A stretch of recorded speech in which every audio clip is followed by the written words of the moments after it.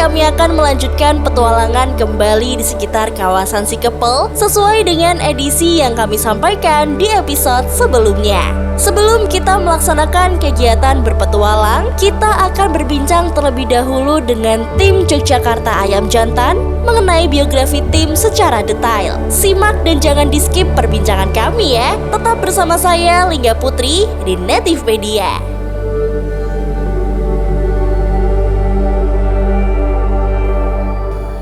Kali ini kita sudah berkumpul bersama tim Ayam Jantan dengan Pak Anang, terus ada Pak Yuda dan juga ada Pak Adi. Kita juga ditemani dengan Pak Harjanto, di mana toko ini tuh lebih kayak yang sesepuh dari off-road.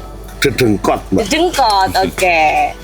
Pak Anang, apa yang membuat rekan-rekan ini tertarik di dunia off-road? Ya, kalau tertarik sih sebenarnya awal mulanya. Iya, awal mulanya bagaimana? Ngalir aja sih, Mbak. Nggak sengaja. Jadi awalnya kita coba dulu main trail dulu. Iya.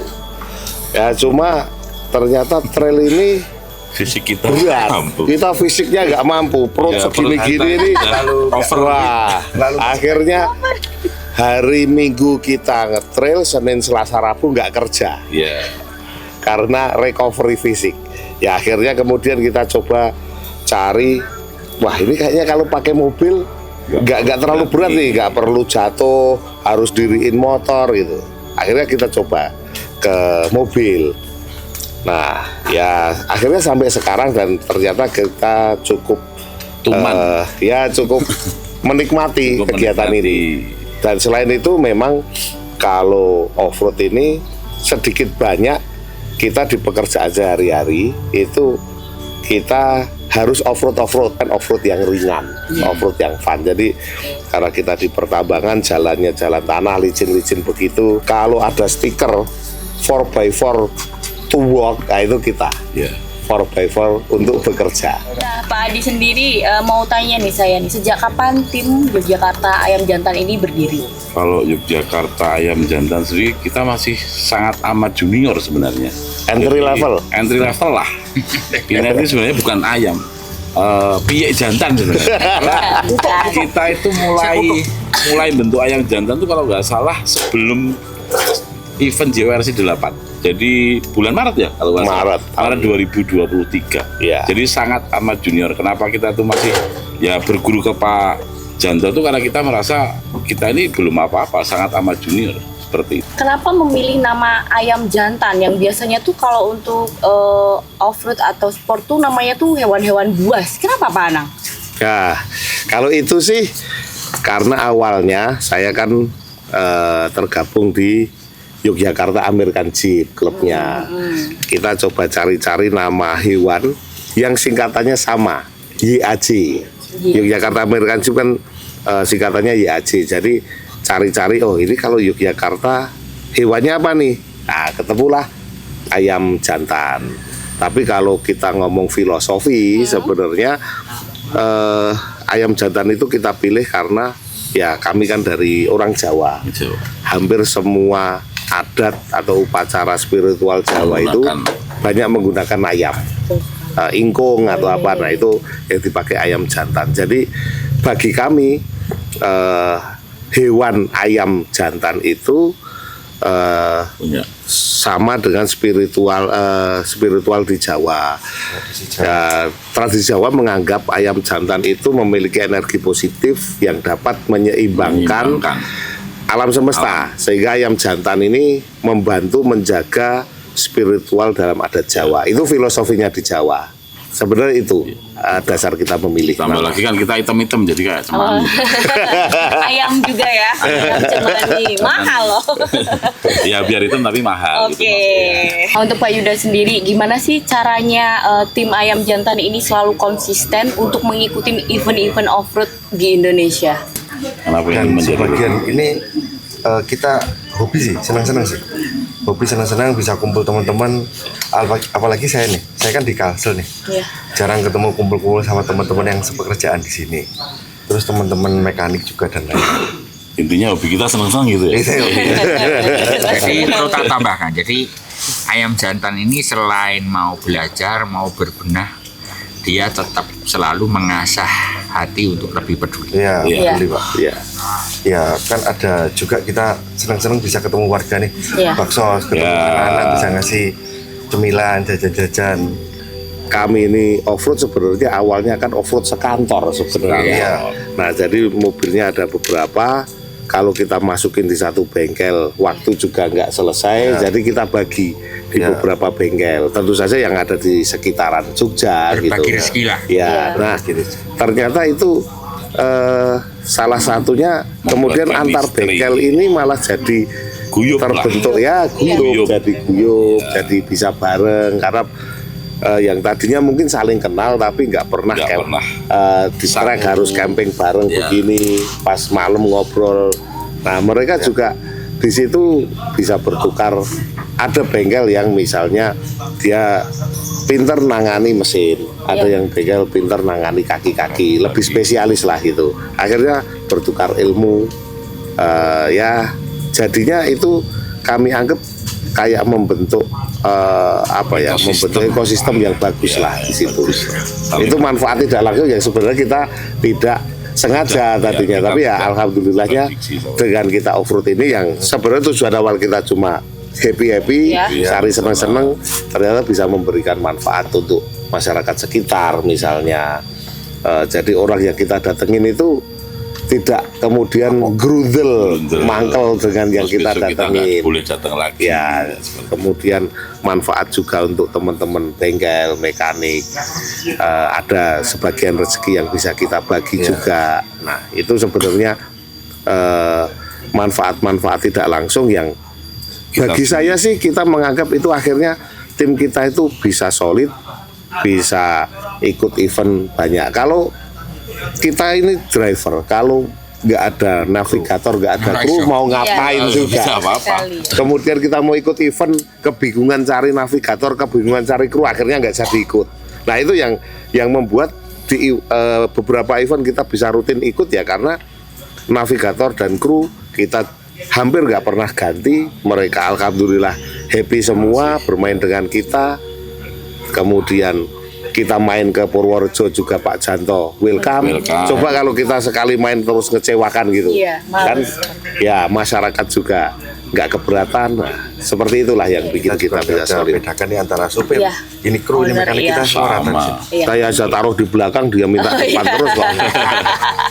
Soalnya Oke, baik. di pekerjaan udah tertekan juga sih. Terus ya. Nah, tadi kan sempat dengar itu setiap unit atau setiap kendaraan bengkelnya berbeda-beda. Iya. Apa sih tujuan dari Yogyakarta Ayam Jantan ini? Kenapa setiap unit yang umumnya satu tim itu bengkelnya hanya satu, tapi di sini setiap unit satu bengkel? Itu luar biasa loh. Sebenarnya kita lebih tepatnya gini Mbak, kita tidak satu unit satu bengkel, tapi kita misalnya ada 12 unit, Iya. ada 12 mobil nih. Bengkel A ini ketika mau latber ini ya, kita ambil contoh, kita mau latber ini, bengkel A ini mungkin mau pegang mobil yang nomor 1, 2, 3. Oke. Bengkel B pegang mobil nomor 4, 5, 6. Nah, nanti habis event untuk maintenance ini mungkin bengkel A ini jadi pegang mobil nomor 789. Saya puter gitu mobilnya Iya, iya, rotasi iya. karena Dibagi ya? Ya, Oke. karena kita bagi kami nih ini mobil custom, bukan bikinan pabrik. Namanya custom itu pasti ada trial errornya di situ. Nah, yang kita harapkan bengkel-bengkel ini bisa saling mengisi, saling melengkapi, kemudian saling mengoreksi dalam hal positif ya, mengoreksinya, sehingga kita bisa tercipta satu mobil yang kita bagi kita nih anggapan kita tangguh lah Iya. gitu. Jadi nggak gampang rusak di trek anggapan kita. Dan beberapa bengkel ini kan ada spesialis-spesialisnya. Misalnya kita pakai pertama kalau kita list ya, itu ada Mas Wahyu Nayu. Nah ini kalau orang-orang off-road ya, ini cukup senior lah di tempat kita. Terus kemudian yang kedua ada Mas Heru HKL, itu yang awal-awal bangun mobil-mobil kita. Kemudian ada Adit Motor itu 3 Wangi, 2 bersaudara ini Mas Kali sama Mas Adit. Ada kemudian bengkel R3 itu 3 bersaudara, Rian, Rio sama Reynold atau Bagas. Nah kemudian yang berikutnya lagi ada Mas Santo itu dia lebih spesialis, itu bengkelnya GCP Fabrication, dia lebih spesialis bikin bumper, bikin roof rack, itu aksesoris lah, spesialis di situ. Ya kemudian ke-6 itu Dastek Mas Danang, ini kalau orang-orang CY7 atau orang Cherokee ngerti lah gitu. Tahu lah. Mas. Terus kemudian masih ada lagi Mas Dani Ompong sama Mas Sunio, ya mereka ngelola bengkelnya sendiri-sendiri. Nah untuk PTO kita antri di tempat Pak Janto, bikinnya satu karena memang Pak Janto juga ada customer lain, jadi kita ikut antriannya. Nah hal-hal yang seperti itu yang terkesan kita punya banyak bengkel, tapi ya itu tadi akhirnya tanpa sengaja itu malah bisa membuat ekosistem yang baik di antara bengkel ini, karena saling komunikasi kan, saling koreksi dalam hal positif. Sebenarnya itu sih Mbak. Setelah kami berbincang di season pertama, kami melanjutkan bertualang untuk mencicipi sajian trek di hari kedua.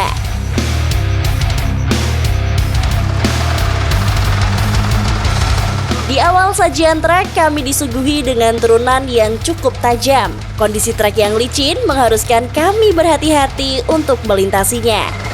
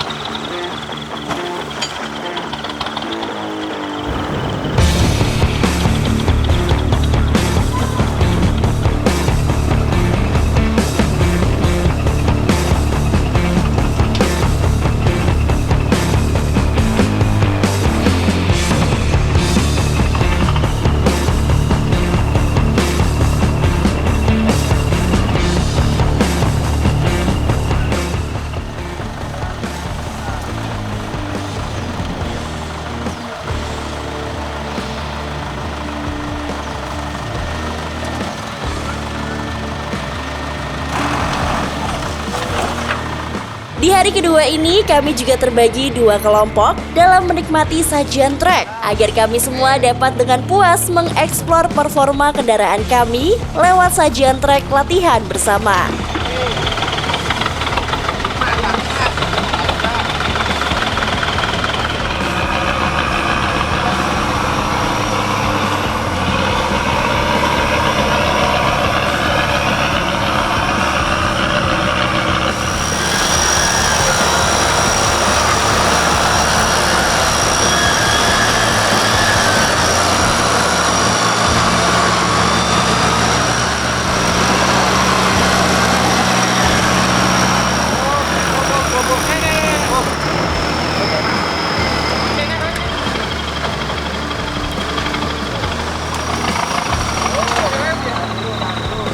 Perlahan dan pasti, masing-masing kendaraan dari kami melintasi dengan aman. Di sini, kami benar-benar bermain dengan mengedepankan keamanan berkendara. Trek yang kami hadapi juga cukup tricky, jadi masing-masing driver diwajibkan untuk mengedepankan skill berkendara. Kru dan navigator juga diwajibkan kompak dan seirama agar tak memakan banyak waktu karena salah dalam melaksanakan recovery.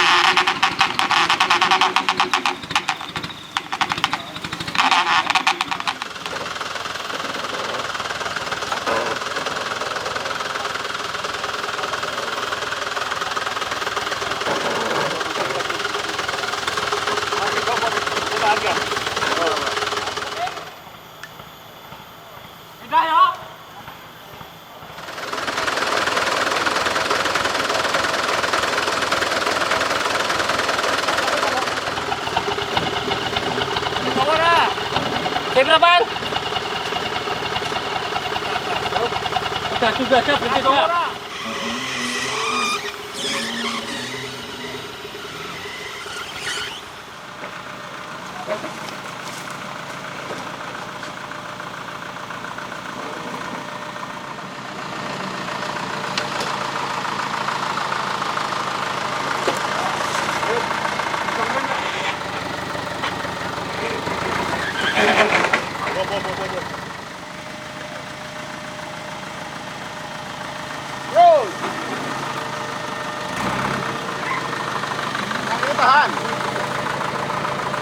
Tenang ini tahan ya, tak pindah kenapa?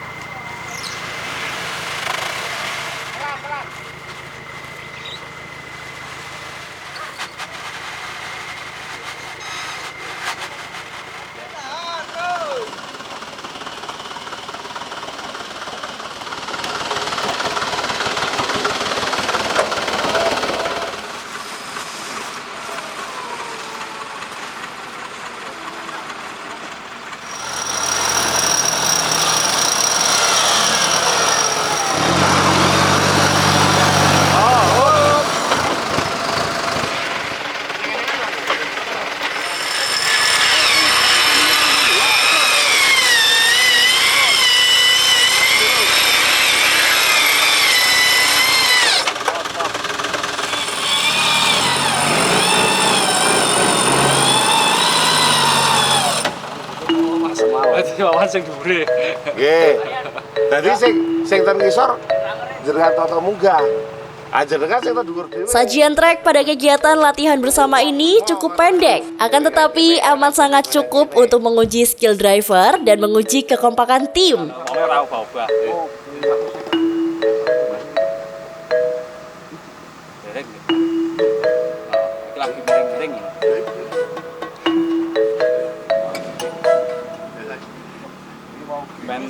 main krunya main ora terlalu capek jadi diajar-ajar.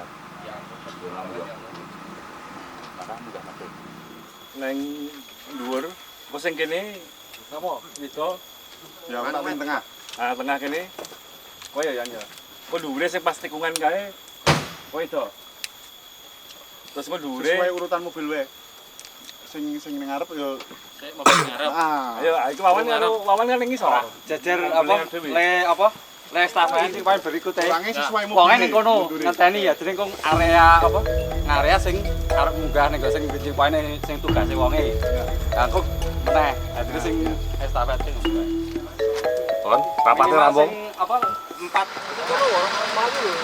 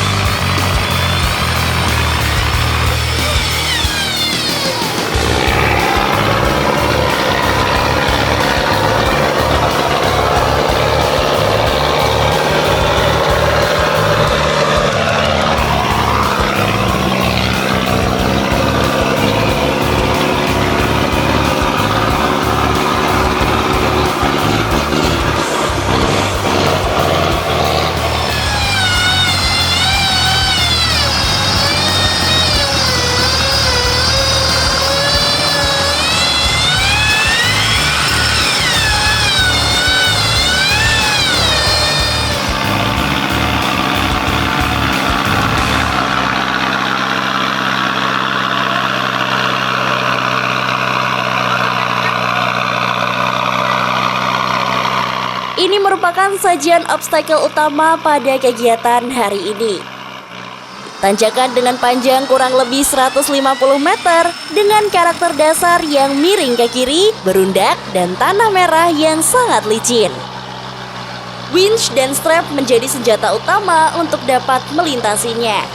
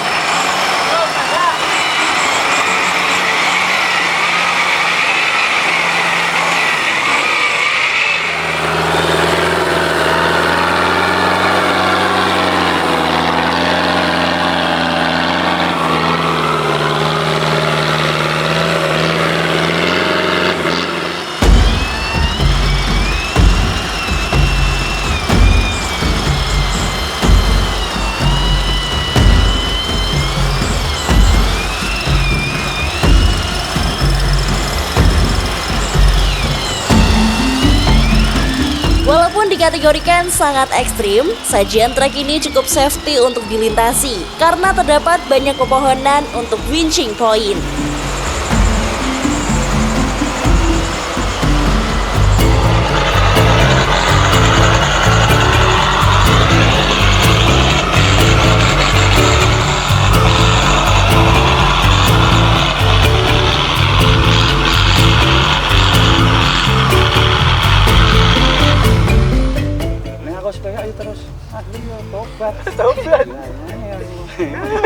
Terakhiran munggah kan itu. Waduh, tenan aku lho. Wes iki aku. Bisa sikil kene iki koyo arep coba-coba lho. Bukan ngendi? Aku yo keploro arep coba kiri gara-gara kono. Berarti mung kendo. Ikimu lho, ikimu tak pindah dengkul. Ati brangkang aku iki. Rada jelek kene iki Pak lho, sing rada dewek lho lek rekoso munggah. Wis tekan dhuwur, kene omong. Mungkin yang bisa aku medot bro boleh silat kene karo kowe paling yo Kowe kok nek kon jebut kok sregep e. takon bonceng to takon bonceng mobil Terima kasih sudah turut dalam kegiatan dan petualangan kami. Nantikan kembali petualangan kami selanjutnya ya. Tetap bersama kami di Netivepedia di edisi khusus Jantan Wheel Story.